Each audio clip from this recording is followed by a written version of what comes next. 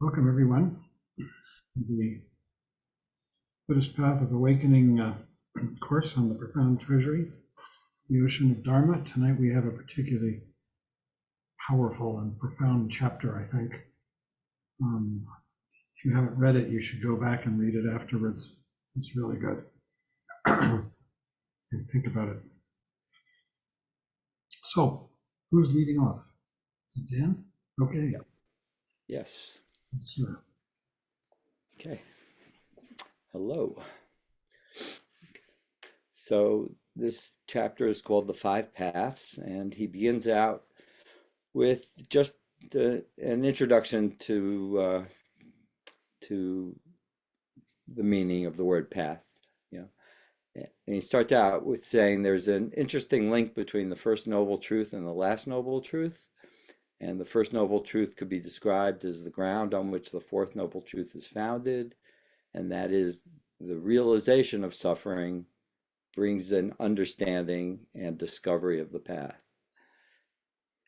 Simply meaning that once we understand that we're suffering, we start looking for ways to not suffer, right? And that for some of us, that brings us to the path, right? This brings us right here, right now, and studying this and practicing, right?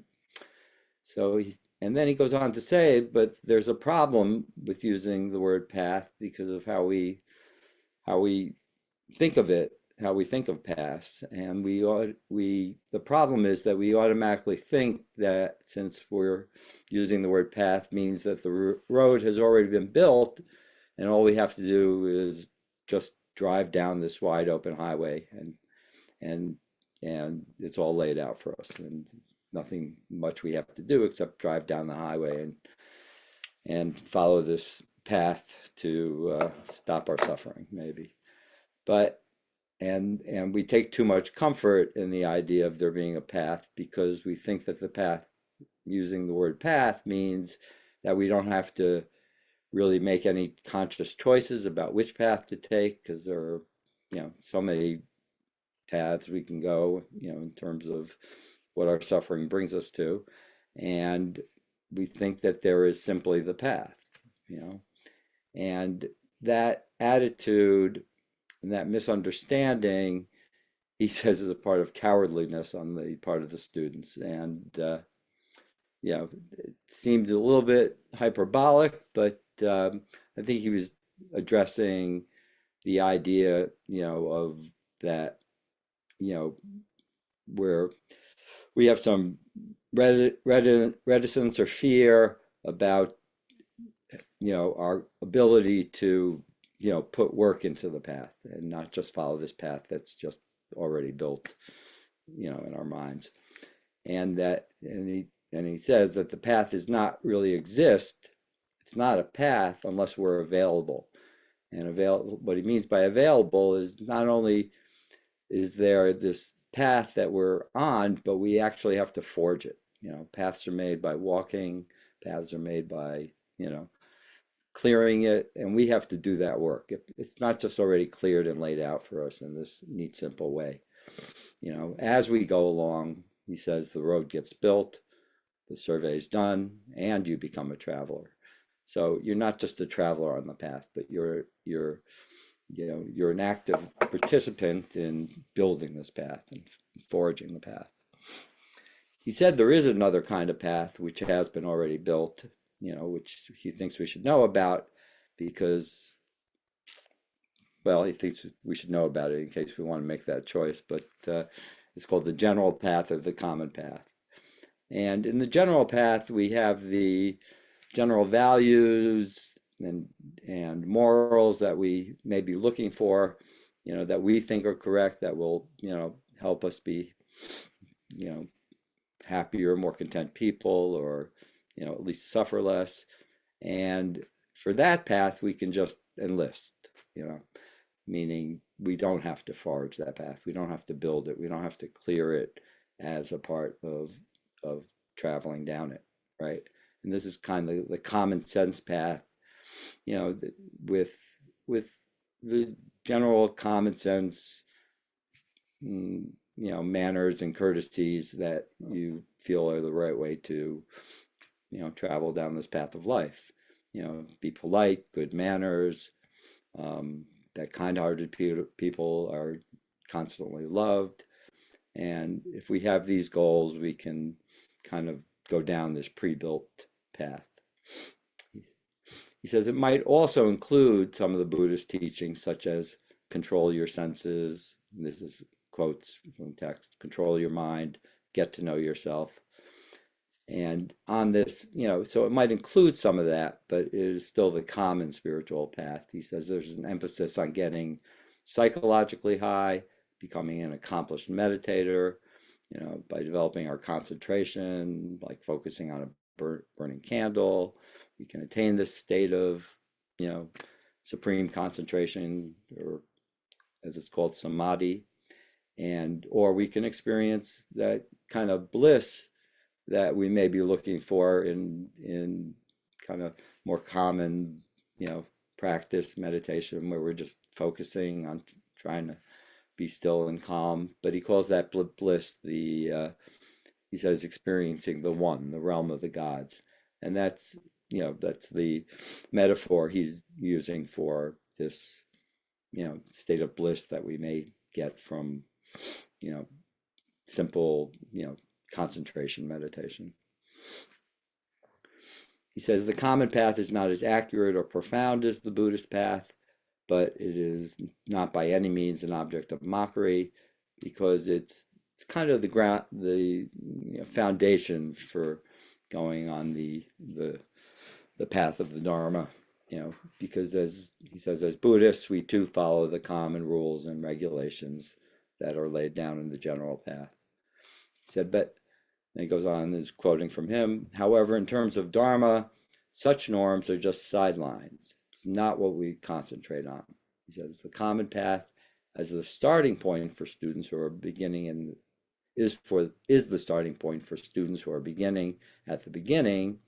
Goodness is the issue, peace is the issue, the euphoric states of samadhi, like I was talking about, bliss. He says from the Buddhist point of view, though, that is dwelling in the Devaloka, which is the God realm again.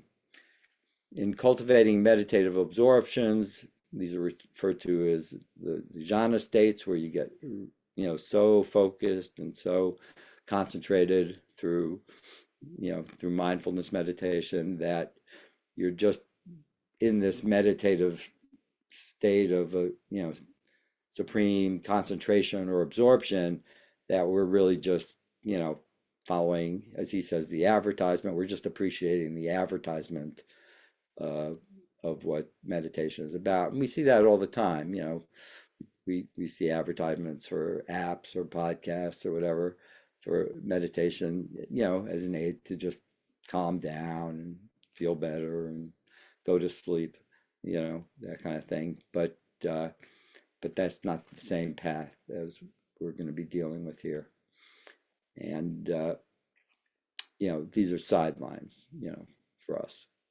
On the Buddhist path, instead of trying to cultivate these, total states of concentration or absorption, the jhana states, he says, instead of trying to achieve these, we come directly to the mind.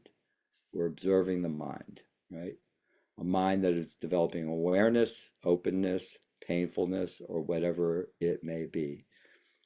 And he's referring to just we observe the mind and accept experience as it arises without trying to change it or alter it.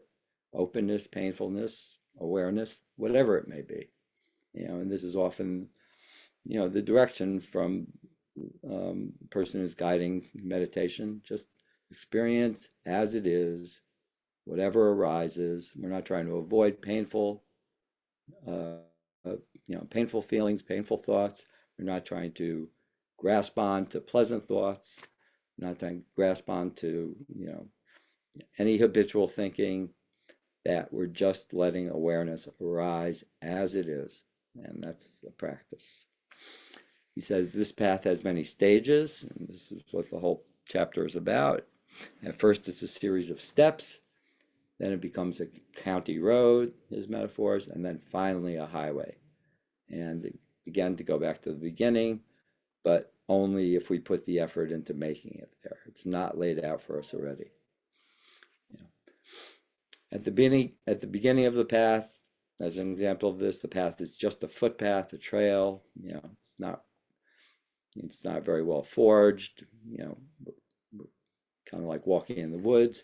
And then as we tame ourselves, much more at the beginning than at the end, we're taming ourselves to walk down this, to keep going, you know. But we have to develop, in order to enter the Buddhist path, or the path of awakening, as in our name of our Sangha, we have to develop renunciation, right? We have to renounce our worldly desires or material desires that we don't renounce them just for the sake of renounce them, but we renounce them, the belief that these things are going to make us happy, that this is what we are really looking for, to feel happier, more content, less suffering. And we have to renounce that idea. So there would be no sense of journey, no sense of giving. And there are two types of renunciation. Number one is genuine becoming, and the second type of renunciation is contentment. First type of renunciation, genuine becoming, is in Tibetan, it's called, I can't pronounce it, Jung. Nye means real or genuine, and Jung means becoming or happening. So Nyejung means real becoming, right? Renunciation is true, it's real, it's definite, right? We are disgusted by, and his words, and put off by the samsaric world that we have been living in. And, your experience of this may be something like we get fed up with trying to, do the same old things we've always done, to make us happy, whether that's eating or shopping or buying things, and we get tired of it and we realize it doesn't work. And the second type of renunciation is contentment, or chokshe. Chok means contentment, satisfaction, or enough, and she means knowledge. So chokshe means contentment, knowledge. He goes, we know that things are enough as they are. And that's compared to the samsaric cycle that he was saying we get fed up with. We're not constantly looking for more to make us feel content. Things are just good enough as they are. We don't make further demands. We don't insist on having all the local conveniences. We are satisfied to live in poverty. And it's an extreme word, but and he's saying it doesn't refer to psychological poverty, because we are encouraged to have an attitude of generosity and not trying to have to be, stingy or miserly. We have a quality of generosity and richness. So it's possible to have the attitude of poverty without giving up our generosity and giving to the world, because the type of poverty I think that he's talking about is just living with things being good enough as they are, and not seeing that as a negative thing, not always wanting more. This idea that if we just had something more, that would really make us happy. And as an introduction to the whole rest of the chapter, he tells us there are 5 paths, right? And titles them. It's the path of accumulation. Number 2 is the path of unification. Number 3 is the path of seeing. Number 4 is the path of meditation. And number 5 is the path of no more learning, right? So I'm going to talk about the first 2 and then hand it over to Philip, who's going to talk about 3, 4, and 5. So the first path, the path of accumulation, is based on getting acquainted with the teachings and the teacher. And that's what we're doing right here, right now, at this very moment, right? We're putting in a lot of hard work in order to learn the teachings. Coming here, we're making the time. We're making this a priority if you're here right now, at least for tonight. And yeah, there are other things you could have been doing, right? And this is the beginning level, right? This is where we start out. We're relatively new to the teachings and not yet an accomplished meditator. And we start the whole path right here, right? Right what we're doing right now. He says it's a good way of beginning at the beginning. He says we don't have to go back to the common path, but it doesn't mean that we don't keep in mind the things we've developed along the line in our lives, that have to do with those kind of virtues on the common path. Instead, our attitude is very direct and very simple, and although we are a beginner, our approach to the path is not based on conventional laws of goodness and badness, like on the common path, or behaving well or becoming a good person is not the same point, although we don't abandon it. It's just not what we're focusing on. He says this beginning level of the path is about the Dharma, and the Dharma has to do with sanity, you know, and sanity is clarity, right?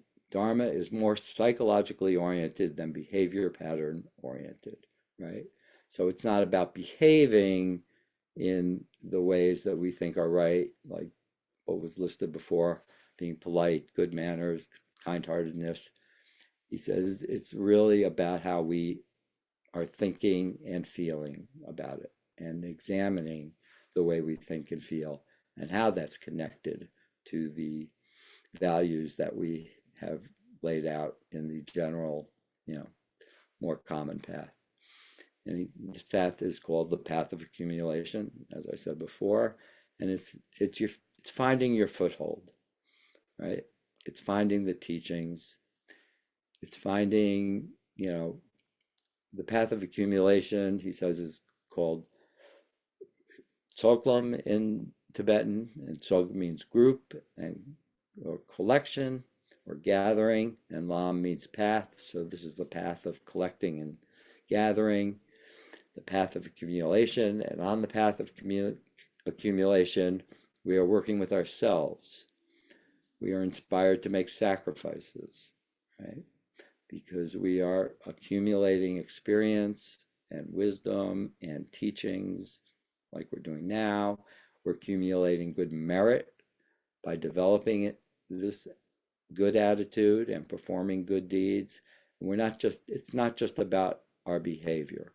We're cultivating a psychological orientation towards simplicity and sacrifice in the service of decreasing our suffering and decreasing the suffering of all sentient beings, ultimately. On the path of accumulation, we also learn to sacrifice our mind, meaning, as another form of renunciation, we don't indulge in our thought process or subconscious gossip, meaning we become aware of it. It's not the kind of gossip where we might gossip with other people about someone. It's the internal dialogue we have about someone or something, and that kind of internal gossip, that you know mm, that kind of internal chatter about what other people are doing. And he refers to it later, but it's a form of entertainment. So we get this kind of perverted pleasure out of gossip, out of thinking about other people's faults, thinking as a way of making ourselves feel better. These are my words, not his, but this is my understanding of it. He says we give that up, and we give up that kind of internal chatter that's for kind of for entertainment value, and we give that up by our very basic foundational practice, the ordinary discipline of shamatha practice. This is where we, what we do in the beginning, how we settle into our practice by, trying to just relax our body and mind together, focusing on our breath, focusing on the out breath, letting go. You know, this is how we start to cultivate this. And when we see that things come up like desire, we try to observe it. We automatically try to follow up. You know, and look at how our desire leads us to impulsive behavior. And what he uses as example is like, is the urge to raid the refrigerator, so to speak. We want the apple juice, we want the orange juice, we want the cottage cheese, we want the ice water, are his examples. And he goes on to explain anything to avoid boredom. So we are renouncing that part of our mind that desires things just to keep our interest, to avoid boredom, right? Through shamatha, we discover that we do not need to jump to conclusions or act purely out of impulse. In other words, we're bored, then we have an idea that we're thirsty, we want the apple juice or orange juice, and then we just impulsively go raid the refrigerator, right? We discover that by observing our desires and observing our urges that come up and these are my words, in regard to our desires. And instead of acting impulsively, just to live, again, these are my words, to live with the uncomfortable feeling of boredom, or that we, need something to entertain us, by eating or drinking or raiding the refrigerator. And we learn just to sit with the uncomfortable feeling that we may be feeling in reaction to our boredom. This need to get something to relieve us of our boredom, instead of just sit with the uncomfortable feeling. Again, my words, not his. Okay. All those impulses are canceled out by the process of mental discipline. Meaning, if we just observe it and learn to sit with it, we don't have to act on our urges. Okay. When we practice shamatha discipline, we begin to see that our mind is full of stuff, right? And this, I see this often when somebody says, to me, or in a group discussion, I can't meditate. I've tried, I just can't meditate. And when I have a conversation with them, I try to point out the misunderstanding that no, you are meditating. This is the purpose of meditation. The misconception of meditation is we sit down and our goal is to quiet our thoughts. But really, the first thing we learn in shamatha meditation is just how busy our minds are. So to me, when someone says they can't meditate, to me, that's perfect, right? Because we've taken this time to, be quiet and observe our minds, and we think it may be simpler than it is, or, it should be simpler than it is. And we see just how crazy and busy our minds are. We hop on every chain of thought that comes by without knowing, where it's going, and wind up in a totally different station than we were intending. And, we just hop from one thought to another, right? And we also see in shamatha meditation that if we kind of just wallow in our own thoughts, that there's no shelter or comfort in that either, right? And, but, and what we learn from this eventually through practice and study is that by not buying into our habitual ways of thinking, right, the habitual chatter that we get into, there's often, very habitual conditioned, patterns to our thinking. We start, sometimes there are habitual ways in which we, when we do wander off into thoughts and get lost in our thoughts, these things are very habitual. And we begin to develop the discipline of mindfulness by observing our minds, seeing those habitual patterns, right? It goes on to say that joining the relative and ultimate truth on the path of accumulation, our experience of mental processes becomes very real, right? Passion, aggression, ignorance, and all the subconscious mental activities that take place in our mind become very ordinary and understandable, right? These feelings, these strong feelings that do create a lot of confusion in us, they become more knowable and more understandable just by observing our minds, right? And it leads to this realization of konzap, which is relative truth, and that's the first kind of truth. And when we relate with relative truth, we are no longer shocked by our mind because we're observing it. And if we want to become, now these are my words, but just as in science, if we want to become familiar with something, we observe it, right? We begin to see, now back to what he is saying straight from the text, he goes, we begin to see the simplicity and the reality of things. We observe our thoughts and we begin to get a glimpse of just seeing our thoughts as they are, right? When we sit on our cushions and practice, we come across all sorts of thought patterns and desires, and this is how we become familiar with our minds. We observe them, we can see them. If we take the time to sit and practice, as opposed to some misconceptions or maybe just some popular forms of meditation that are out there in the culture, we're just observing. We're not trying to achieve anything, not trying to change anything. We just observe and we come across all sorts of patterns and desires, right? Whether we are rereading, he goes on to say, whether we are rereading our autobiography, so to speak, in other words, being, stuck in these thought patterns of the past and going over our lives, we're discovering all sorts of choices, thinking that we should leave or thinking that we should stay, just the normal, ambivalent, conflictual thinking, my words, that we get involved with, that we start to observe, right? We see that all of those are included in what's called the relative truth, right?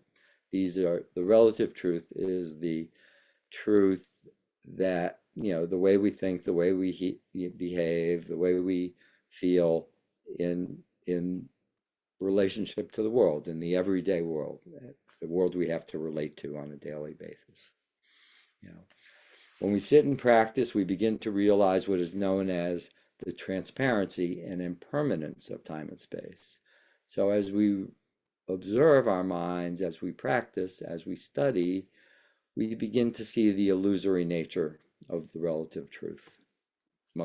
My words, what he's calling the transparency and impermanence of time and space, right? We see we see the arbitrariness of time, we see the arbitrariness of space, we see the illusion of relative truth that is the way we go about interacting on a daily basis, on an in our everyday life.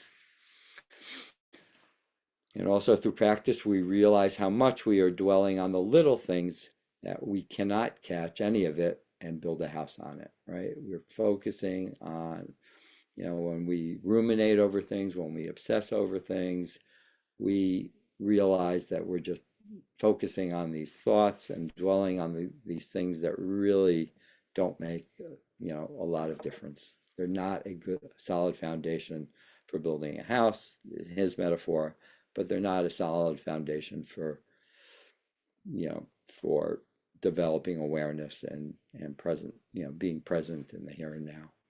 He says the whole thing, when we start understanding this, the whole thing keeps shifting under our feet, under our seat, his words,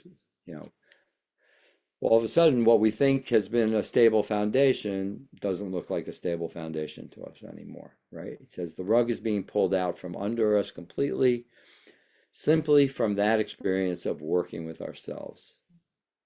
And what he means by that is practice, with ourselves is our practice, observing our minds. He says, nobody is pulling it, but we find that the rug constantly moves. We begin to feel that we ourselves are moving, right? Getting out of the habitual, stable, unmoving patterns. We realize we're moving. My words. Okay. When we realize that we cannot catch hold of phenomena at all, that is what is known as tondum in Tibetan, or the absolute truth. There is an absolute quality to the fact that we cannot fool ourselves, right? That we may relate to the world in this relative way that we have to, but we are not fooling ourselves that this is the ultimate reality, right? We might think that we can fool the Dharma, which says, go sit, that is the only way, but we cannot fool ourselves, right? We can't, you know, we, I think he's referring here to, we can't fool ourselves if we just go there, just sit and practice, and we just go through the motions, right? That may look like we're following the path, but we can't fool ourselves if we're really not, doing it. We can't just put in the motions. We cannot fool our essence. The ground we are sitting on cannot be fooled, right? That is the twofold truth of Kunzap and Tondam. That's the twofold truth of the relative and the absolute truth, right? And when you put the relative Kunzap together with the absolute truth, you know, that is what makes things workable. You know, he says if you're too much on the side of the absolute truth, Tondam, you would become too theoretical. If you were just too focused on the absolute truth, it just becomes very heady and an intellectual process. And if we're too much on the side of the relative truth, kunzup, then we would become too precise because we would just be focusing on the everyday, mundane details. He says when you put them together, we begin to realize there is no problem. The combination of relative and absolute works because it is simple and dynamic, and we let it work together in the way it should. You have hot and cold water together. You can take a really good shower. He uses as an example. He says, so the relative and the absolute are like that. You can't stick with one or the other separately. They're both one and the same part of experience. Ultimately, through the experience of combining kunzup and tandem, relative and absolute, on the path of accumulation, you develop the renunciation, you develop the simplicity, you develop the satisfaction, and you develop the contentment through practice. And that's the first of the 5 paths. That's the path of accumulation. The second path, the path of unification, is bringing what we were just ending with together. The second path is the path of unification, is words in which your actions and your psychological state are beginning to work together, right? All right. When we sit in meditation, we begin to develop a glimpse of sanity, a glimpse of the bodhisattva path. Okay. So, a glimpse of sanity, that means a glimpse of clarity, a glimpse of seeing things as they are, my words, without the filters or lenses. Chogyam Trungpa Rinpoche has used the word neurotic in the past.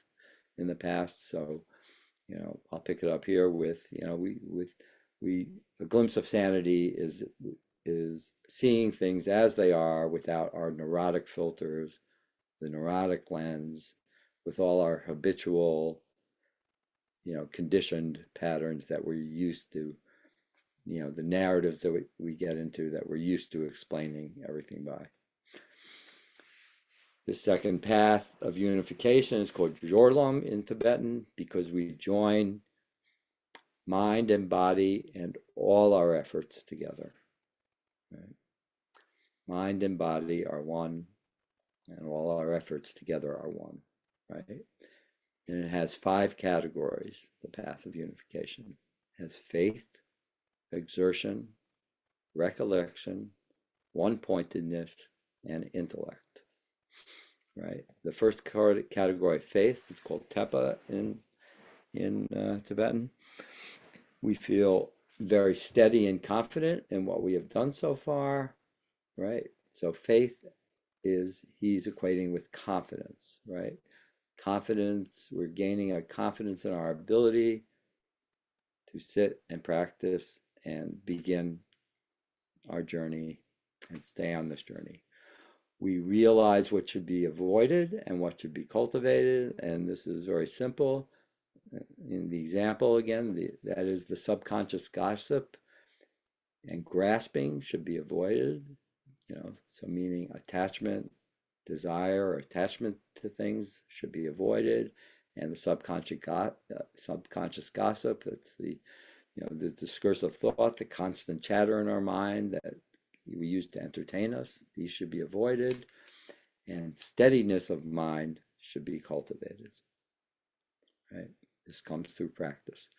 He says Tepa also involves delightfulness because there's a delight in knowing that we're not in the dark, that there is light, as far as our practice is concerned, that we do begin to see things more clearly, right?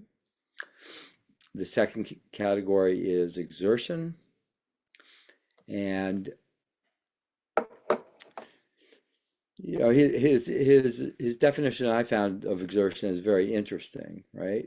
His definition of exertion is when we have realized what we are what we are doing, we develop confidence and we realize the isness, the suchness of the truth that we have been told, meaning seeing things just as they are, letting experience arise as it is, and the delight comes from, there's a delight in this exertion. It doesn't feel like a pain. It doesn't feel like a chore. It's not some, preconception we have of exertion. It's an exertion that comes with exerting ourselves in a way that we know, we're doing something that's going to help us in our path, help us decrease our suffering, help us in our contentment. He, as an example, he says, if we have served a dish that we like, and if we like the cook and the restaurant, we don't mind eating that dish a second, third, or fourth time. How often do we go to the same restaurants or eat the same meals because we know it's going to be good? And so going back to that restaurant again and again that you're always going to like, and always enjoy the atmosphere or whatever else is involved in it, just going back again, he's calling that exertion, and it doesn't feel like exertion to us.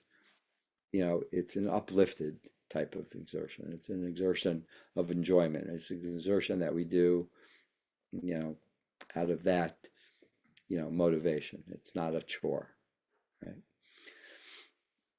And he goes on and says this. It's just similarly, exertion does not mean taking pains. It means appreciation. I think that's the key word there. He's equating exertion with the appreciation, the exertion of going back to the same restaurant again and again, because you will always appreciate it. So that effort of, that exertion of going back to the restaurant, going back to that same restaurant that you're always going to enjoy, that's an appreciation. That's the exertion. He says when we enjoy something, we do it over and over, and it does not feel like a chore, my words. On the path of unification, our shamatha practice is becoming enjoyable, so we do it again and again, and that's the example of exertion in our practice. The third category is recollection, called trenpa in Tibetan, which literally means recollection. And recollection means what we have done, everything we have done, all our experience is not forgotten. It's in our, various levels of awareness and consciousness, and it remains part of our awareness and it's part of our mindfulness, right? It's a sense of respect and appreciation for what we have received and what we are doing. It's a it's a sense of respect for all the all of our experiences and all our awarenesses that we've had all our life, and it's what we are. It's our state of mind. He says recollection is very awake and precise. If someone tells you have a chore in the kitchen at 5 o'clock, it's very simple. You just do it, right? That's what we get from recollection. From experience, we know that if something simply has to be done at 5 o'clock, we don't get lost in our thoughts. We don't do that. We just do it because our practice has told us when we do it, when we keep things simple, when we have to do a chore at 5 o'clock, we do a chore at 5 o'clock. There's no reason to get confused on it. Getting confused on it is part of, my words, part of our habitual conditioning. In the field, in the mental health field, those kind of things, chores are called non-preferred tasks. That's how, like, it's referred to when we procrastinate on something or we don't do anything. It's called non-preferred tasks. Right? He contrasts recollection to memory because memory is not our experience as it is. Recollection is sorry. Okay. Yep. Okay. I got to tighten this up because we're running out of time. And okay. So he, just simply he compares recollection to memory, and memory is more involved with the samsaric filters that we put over everything. Fourth category is one-pointedness, and that refers to we're not losing track of what we're trying to do here, which is awareness and observing our minds. So we become one-pointed in our focus on that. And the fifth category is sharap or prajna in Sanskrit, which is the context means intellect. And what he's referring to is here we understand how to see things clearly and separate our various experiences and our various filters and lenses, and that with both clarity and discrimination. And that is why the path is known as the path of unification. And I'm sorry to have lost track of the time. So Philip, take it away. Yeah. Thank you, Dan. Yeah, there's a lot here in chapter 60, that's for sure. So you guys are great. Chapter 60 ends part 4 of volume 1, the part concerning the noble truths. The fourth noble truth is the truth of the path, and this chapter offers a broad overview of the entire path, review and preview, Hinayana, Mahayana, and Vajrayana. So Dan just covered the Hinayana with the first two paths, the path of accumulation and the path of unification. Everything gathered up and everything brought together. The next two paths, the path of seeing and the path of meditation, cover the Mahayana. The path of seeing is the entrance to the Mahayana. It's a tipping point, a point of no return. Another common way of describing the Mahayana is in terms of the 10 bhumis, and of those 10, only the first makes up the path of seeing. This first bhumi is called very joyful. This is where things stop being purely thought and concept, where things begin to be experience. This is where the sea change occurs. On this stage of the path, you encounter your first real felt experience of emptiness, shunyata. And with that, everything changes. That first experience is just a glimpse, really, but it's orders of magnitude more profound than all the conceptual understanding that's come before. It's like learning to swim or learning to ride a bike, like learning to ski or learning to ride a horse. All of the practice and study, all the instruction, all the reading and thinking and contemplating, all of that is important. But what really matters is that first instant when things finally come together. That first instant when everything clicks, when all the different parts become one single whole. After you encounter your first real felt experience of emptiness, the world becomes real. That's why this is called the path of seeing, the very joyful bhumi. Your world will never be the same again. It's like falling in love for the first time. It's that kind of change. Chogyam Trungpa Rinpoche starts this section by emphasizing that the path of seeing is a much more advanced level than the path of unification. He briefly describes his path using the classic Buddhist formulation of the 7 limbs of enlightenment, Changchup Yenlak Dun in Tibetan. These 7 limbs are recollection, separating dharmas, exertion, joy, being thoroughly trained, samadhi, and equilibrium. In many ways, these are simply a further extension of the 5 categories Dan has just discussed in the path of unification. The first limb is recollection, trempa. Recollection here basically means not forgetting the path of seeing. It involves the sense of forward vision, of maintaining momentum on the path. It's a good type of ambition. The second limb is separating dharmas, shara, or intellect. There's a quality of discrimination, realizing the isness of things. There is no uncertainty about experience. On the path of seeing, prajna becomes more and more complete. And this prajna is prajna paramita, the wisdom of emptiness, shunyata. The third limb is exertion, sandhu, cultivating a constant furthering of vision on the path of seeing. You never give up. You have the positive ambition of forward vision. The fourth limb is joy, gawa. You are able to take care of both body and mind. Your body and mind are synchronized, well connected. Samsaric hassles subside. The joy of simplicity begins to develop, along with a sense of precision, genuineness, and obviousness. The fifth limb, being thoroughly trained, Shinjang. Your body and mind are totally relaxed, tamed, trained, and developed. There's a tremendous sense of humor and openness, gentleness, and goodness. Your practice is really beginning to work, and you feel positive overall. The sixth limb is samadhi, tinsing, one-pointedness.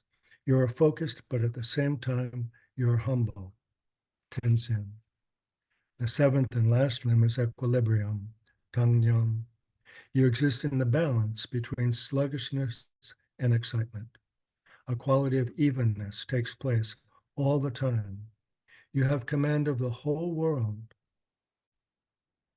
You have tremendous confidence. You don't have to push anything, either positively or negatively. So, the 7 limbs of enlightenment. This finishes his overview of the third path, the path of seeing. Next, Rinpoche begins discussion of the fourth, the path of meditation, Gamlam. On this path, you begin to cut karma, the karma based on fundamental ignorance. When he's speaking of fundamental ignorance here, he's talking about really, really fundamental ignorance. We have spoken a lot about ignorance so far, the ignorance of duality, the fundamental misapprehension of the world, the I-other split, the profound misconception that involves the concept of ego. And we have spoken a lot about ultimately moving beyond this into a true understanding of the world, a non-dual understanding. But what Chogyam Trungpa is talking about here is a fundamental ignorance even more ignorant than what we're used to. He's describing a false, non-dual situation where there is only I. There isn't even other. It's pre-dual. There's just I. He says this false non-dual world has a false sense of suchness or isness, a kind of anti-shunyata sense of existence or fullness, which has to be cut. He says that although this fundamental ignorance begins to be cut on the path of meditation, it is not thoroughly cut at this point. You have cut the consequences of karma, but not the causes. When you cut both the consequences and the causes, the karmic situation altogether, then that becomes the fifth path, the path of no more learning, which is enlightenment. So it's a long process. In terms of the 10 bhumis, the path of meditation is made up of the final 9. The path of seeing was just the first bhumi. But the ultimate result is enlightenment. Rinpoche says, at the level of the path of seeing, you begin to see, and now you are able to make something of it. Your whole being has been thoroughly trained physically, psychologically, and in terms of working with others. He describes the path of meditation using another very classic Buddhist formulation, the Noble Eightfold Path. You've probably all seen the Dhammachakra symbol, the wheel of Dharma with 8 spokes. These are the 8 spokes. 1, perfect view, simply understanding things as they are. You are able to see the differences between the first, second, and third paths. You are becoming less dependent on your teacher. You're able to see through by yourself. 2, perfect understanding. There's no questioning and no doubt. 3, perfect speech. You have found a way of declaring yourself fully and thoroughly, how you are, why you are, what you are, without being arrogant, aggressive, or too humble. 4, perfect end of karma. In cutting through karma, you are constantly dealing with ignorance, the first nidana. You remember the 12 nidanas that describe the chain of causation? They're represented on the outer circle of the wheel of life. Ignorance is the very first nidana, the root cause of everything. He says, since volitional action is driven by ignorance, if you are able to cut through that ignorance, you stop the course of volitional action. In cutting karma, disgust and renunciation are regarded as important. By renouncing those, you are able to cut the second nidana, which is formation or impulsive accumulation. This leads to that. 5, perfect livelihood. Because you are able to handle karmic cause and effect, you do not have to depend on others. You're able to handle your livelihood thoroughly and fully. 6, perfect effort. You cultivate genuine energy in both working with yourself and working with others. You begin to become a decent person, no longer a nuisance. 7, perfect recollection, Chenpa, mindfulness, one-pointed mind.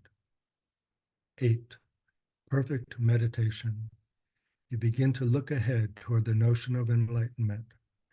At this point, you might be able to completely cut through twofold ego fixation, ego of self and ego of dharmas. So, the Noble Eightfold Path. And this finishes the overview of the path of meditation.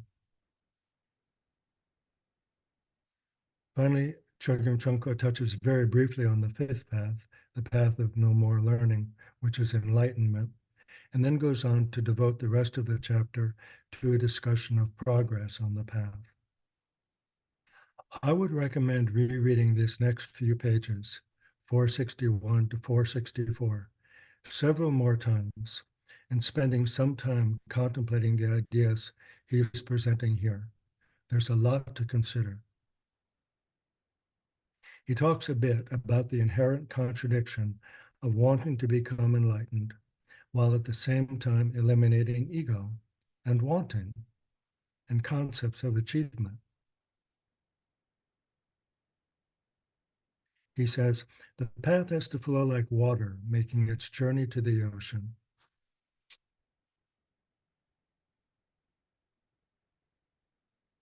He says, in terms of signs on the path, when it happens, it happens.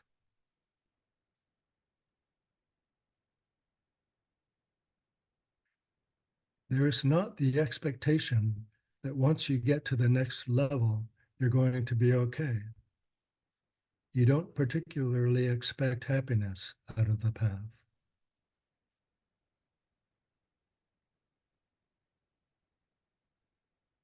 You don't have to know where you are on the path,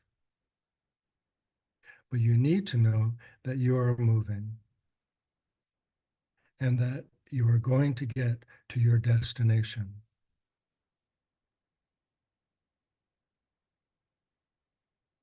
In working with the 5 paths, you begin with the first path and the practice of shamatha.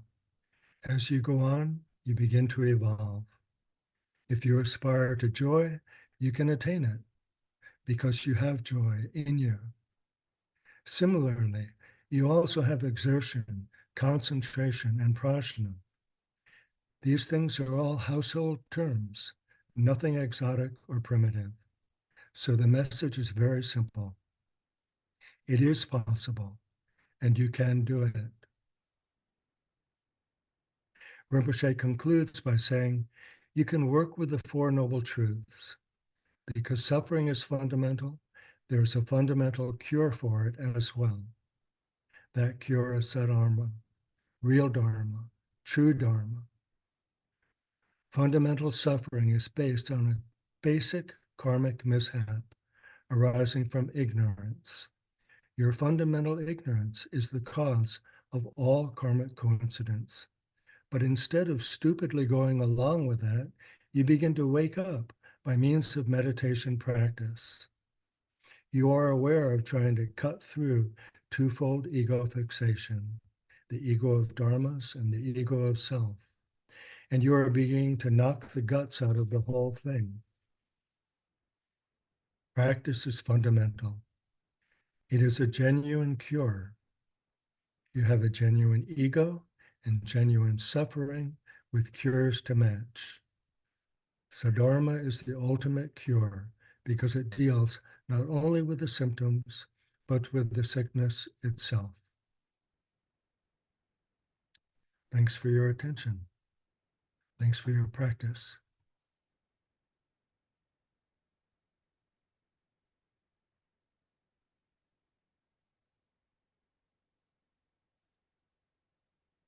You have a discussion.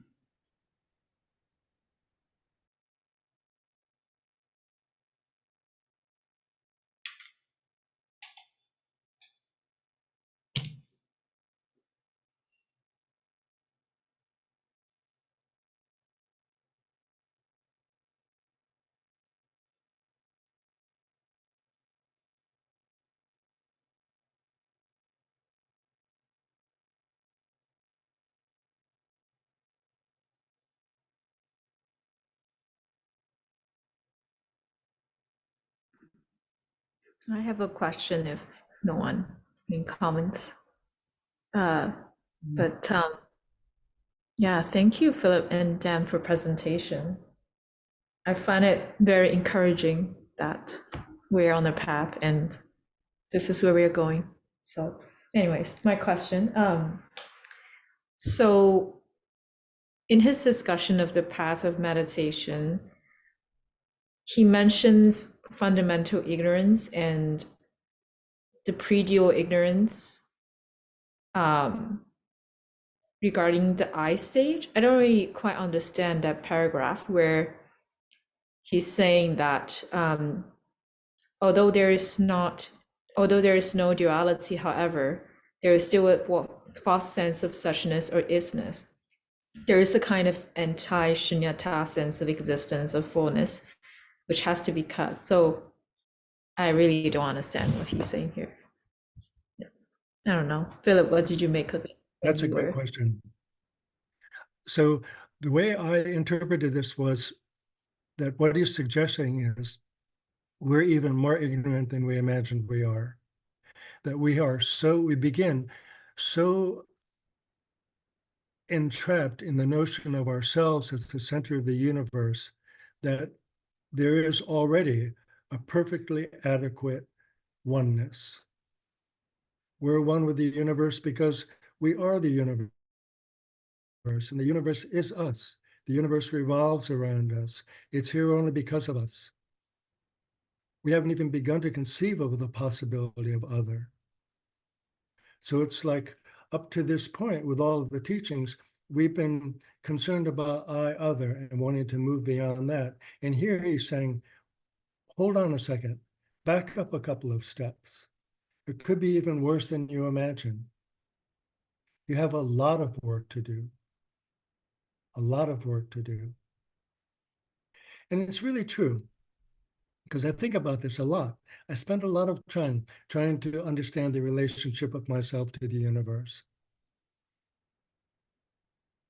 And I think it's possible for us to move from that to the dual situation to the non-dual situation in one lifetime. I really think that's possible. So it is very encouraging. But to think of that very first place, think of anybody, right? They're in a burning building. All of their thoughts are concerned only with themselves. They're entirely wrapped up with themselves, unless maybe they're a parent, then they're considering their child. But usually, every single human being on the planet thinks of themselves as the center of the universe. That's one thing. Two, consider walking into a building, right? You're going to a meeting, a big meeting. There are 100 people in there. Every single person, every one of those 100 thinks they're the most important person in that room. They're convinced of that. That's how it is. How can that possibly be so? Mathematically or any other way? How can we run a society like that or a world? It seems almost hopeless. So I think that's what he's wanting to do here, is to back us all the way up and really consider the size of the problem ahead of us. Because there are 9 bhumis on this path of meditation. There's a lot of work to do. The path of seeing is joyful, and you get there and you think, I'm almost enlightened. And in a way, you almost are. There's still a long, long, long way to go. That's what I took out of that. So I think it's interesting because it seems to suggest that, like, even beyond non-duality, there's still some sort of ignorance where there's a false sense of suchness or isness, which I don't really get what it is, but I don't think I can try to understand that experientially anyway. But Think of it linearly, Shinyi. That new part that he's introducing doesn't follow the non-duality. It precedes the duality. So we're used to thinking of the ignorance of duality. And this is like an even earlier ignorance, an ignorance of pre-duality, if you want. And then there's the ignorance of duality. And finally, you get into non-duality. There's more. In other places, he elucidates this issue. The first bhumi is truly the discovery of shunyata, emptiness. And yet, there is still a subtle watcher appreciating that and saying, I've discovered this. Look what I've discovered. It's very subtle. And throughout the 10 bhumis, that watcher is becoming thinner and thinner. Another crux point besides the first bhumi is the 7th bhumi, which is skillful means, upaya. That's where the bodhisattva develops it. It's a crux point. It's difficult to get into because in going into motion, the bodhisattva has to give up self-awareness, self-consciousness. And that's been the problem all along the path, through the first 9 bhumis, 10 bhumis maybe. And what he said is at the 10th bhumi, the bodhisattva realizes that he or she is just about to give birth to full enlightenment, but that something is holding them back. Something is in the way. And then they realize what that something is. And that something is the idea or the wish to achieve enlightenment, the self-consciousness. And when they realize that, snap, they move into the 11th bhumi, which is enlightenment itself. So throughout these bhumis, there is still a watcher, still a subtle ego, appreciating egolessness, appreciating the spiritual progress that the bodhisattva is making on the path. That's why they're not a Buddha yet. And that's falling away bhumi by bhumi, wearing out until the very last bhumi, the 10th. And he said, I remember in somewhere he said that at the 10th bhumi, the bodhisattva suddenly realizes what it is that's holding him or her back. And what it is the desire to be enlightened. And at that moment, snap, the whole thing dissolves. It's so subtle, our self-consciousness, you know. So is that I that we're talking about, self-consciousness? I is kind of the verbalization, I think, of self-consciousness, don't you think? It's giving it a Makes sense to me. a word. Mm-hmm. Yep. So the bodhisattva, there are these 3 main inflection points. The first bhumi, tremendous achievement. The discovery of emptiness, shunyata. The fact that I doesn't exist, nor does anything else. But the appreciation of that endures. And that falls away until the 7th bhumi, when the bodhisattva has to go into action, actually start moving, you know, and engaging with the world. And in doing that, you know what happens when you go into action? You lose consciousness of yourself. You forget about yourself. And that's what happens at the 7th bhumi. And then finally, the 10th bhumi, what he said was, I'm trying to think where this is, it might be in Cutting Through.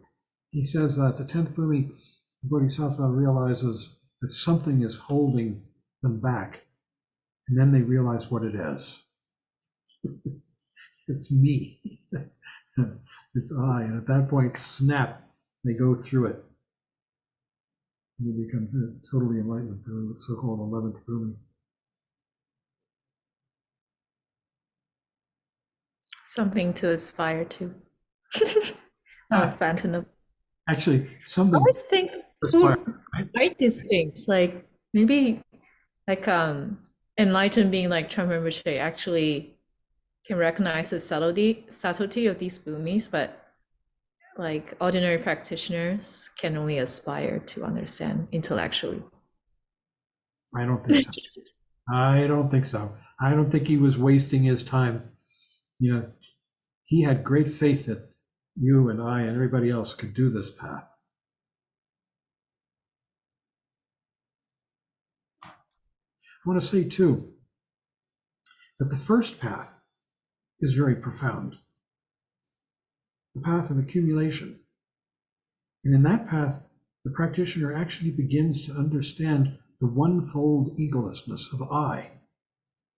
through the practice of meditation and study, they begin to give up I and begin to understand egolessness, which grows in the second path, the path of accumulation, that understanding of egolessness. These are all, this is discussed in many places.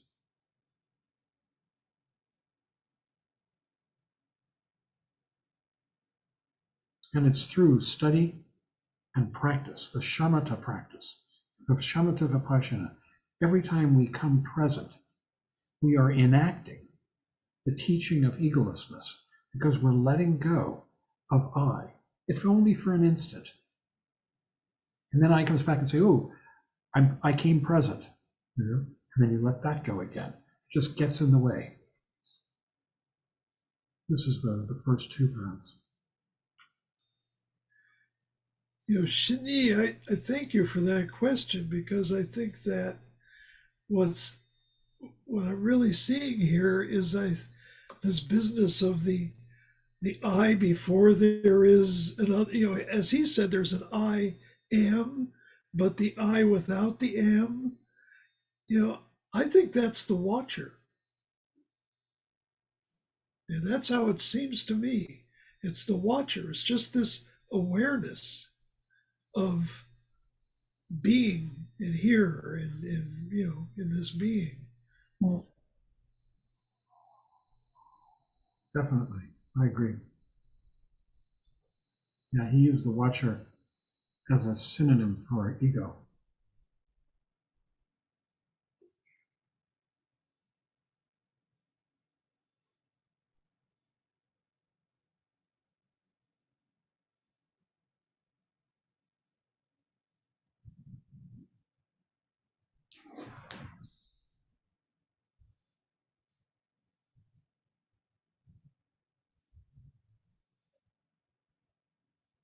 Miriam. Yeah, I just wanted to comment on the I and versus I am, and it's interesting, you know, this the tyranny of the ego. And I caught myself today, you know, being kind of caught up in I've been sick, and it just feels like it seems to be making me really identify with not being well, and it's hard to step outside of it. But today I remember thinking, there I go again, you know, I'm not being mindful. There goes the I. And then the I answered, but I don't want to go anywhere. I've been keeping this whole thing afloat for this whole time, keeping the story going, makes sense, navigating through life. And so this kind of like dynamic of, you know, the ego being really defensive. And it is very subtle, but the feeling of I don't want to go anywhere was pretty clear. And there's this weird attachment to that sense of self. So anyway, I guess I'm at the first boomy. Just that's all I wanted to share. If I could comment on that, I think there is some legitimacy to that. You can only laugh. Your own ego is calling you an ungrateful wretch, right? But as John has pointed out, and others as well, all of these psychologists like yourself, the ego does really noble work for the first 12 years. We'd never make it through childhood without our ego. But then there comes a time to put it away. But of course, it's going to, you know, come back to you that way. How can you be so unappreciative of everything that I've done?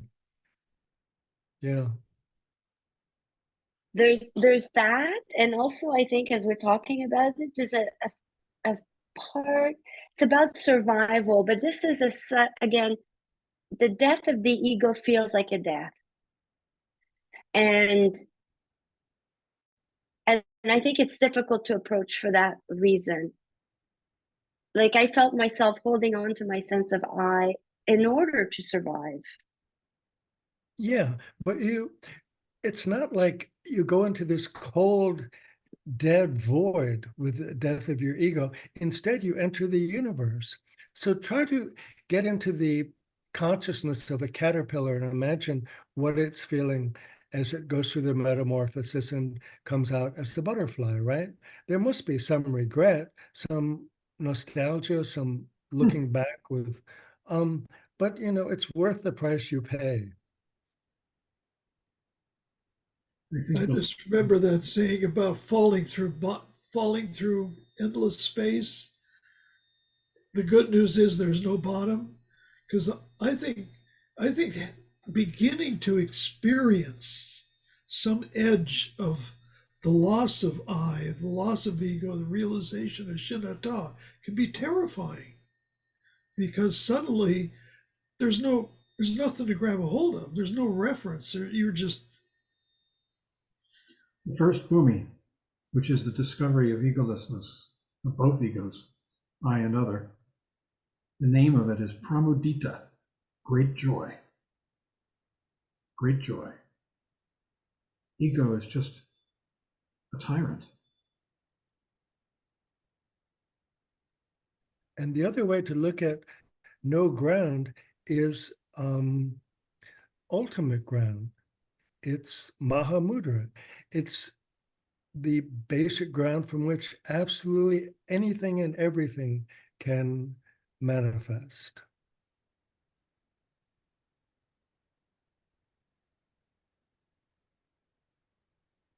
It's Now, not Mary, I think empty you're also void. Hmm? It's to think of it as an empty void is only seeing half of the picture. No, I think everything that they say about the discovery of egolessness is positive. That it represents a huge relief that ego is a tyrant, ego is a criticizer, ego is constantly afraid, unhappy, wanting things to be different. That's the definition of ego, wanting things to be different, unappreciative. And that the discovery of egolessness is huge freedom. Hence the first bhumi, pramudita, great joy. And the transcendent virtue that's associated with the first bhumi as well. Each bhumi has a transcendent virtue, is generosity. The bodhisattva can suddenly open up and just be extraordinarily generous because they have nothing more to try and hold on to. Ego is dissolved. Ego is seen as being a myth, an error. The word for it actually in Tibetan is trulpa. I just saw it today in another thing I was reading, trulpa, and it means error. Error.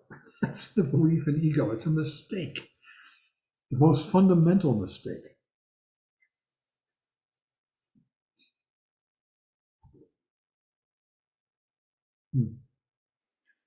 No, I think Yeah. it's very seductive, and the path is really calling us, wants us, to blossom and discover ourselves.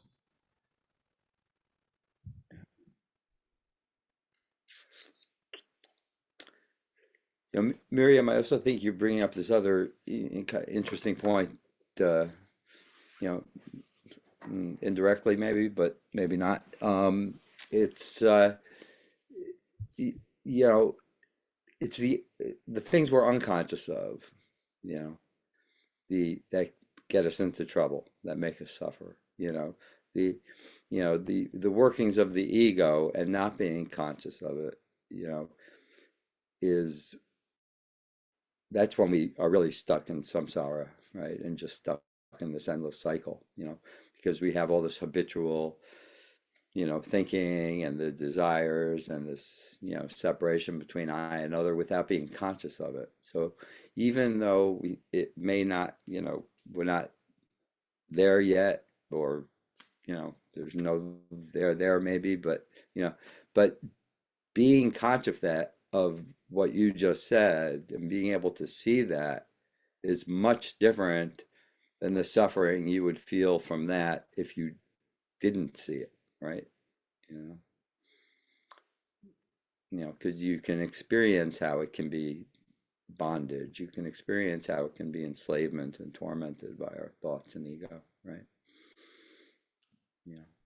And being conscious of it just changes it. I mean, just like in physics, observing an event changes the event, right? Thank you. These are good points. All of them.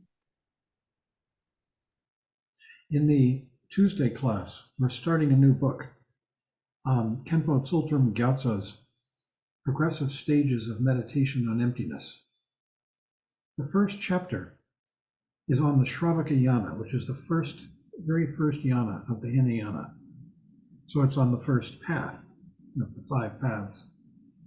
And it's really terrific. I really recommend it. It's about beginning to discover egolessness and how one does that through study, contemplation, and then finally meditation. Meditation is isn't a mental exercise. It's the process of bringing it real, of waking up, of seeing the world truly. And it's right at the very beginning of the path, and just grows and develops.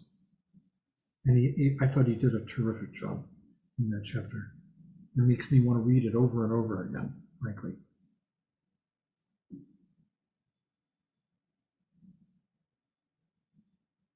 If anybody, I don't know, I might have it in PDF if anybody wants it. Carolyn, I'll look, I'll see, and if I don't have it, I'll email you. I have it also. I can send it to you. That'd be great. That would be so cool. Read the first chapter. Yeah, put your email in chat if you Yeah. would. Yeah. I probably already have it, but I'll tell you this, Amanda, to tell you who this is, Khenpo Tsultrim Gyatso. I never studied with him, but Trungpa Rinpoche was very leery of Tibetans who came and wanted to meet our community and teach to them. And he often sort of held them at arm's length. Not the Karmapa, but others. One of maybe the only one of not a high lama like Karmapa whom he embraced or he recommended was Khenpo Tsultrim Gyatso. He really liked him.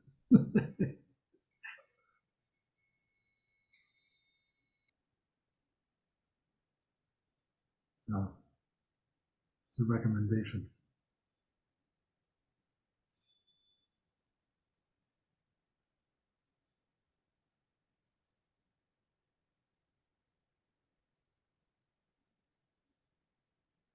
Whoa, it's 7 o'clock. Should we do the closing chats? Let's see. Shinyi, you want to lead? My gong is not with me, so Who would like to lead? Barry? You're remain muted, Barry. put me in, coach.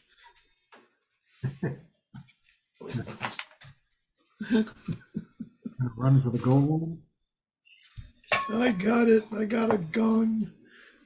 Can you put them up? Yeah, here we go.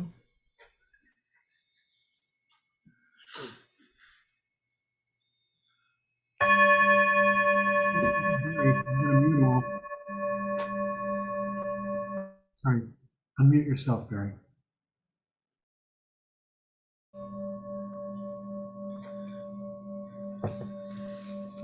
Okay. By the blessings of enlightened and compassionate ones, by the power of my positive actions of 3 times and my prayers of pure aspiration, may wars, conflicts, epidemics, and all of the maladies dissolve in this world. And may the earth and all who live on this earth enjoy the abundance of well-being.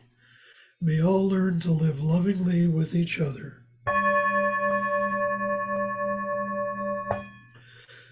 By this merit may all obtain omniscience, may it defeat the enemy wrongdoing. From the stormy waves of birth, old age, sickness, and death, from the ocean of samsara, may I free all beings. By the confidence of the golden sun of the great east, may the lotus garden of the Rigda's wisdom bloom. May the dark ignorance of sentient beings be dispelled. May all beings enjoy profound, brilliant glory.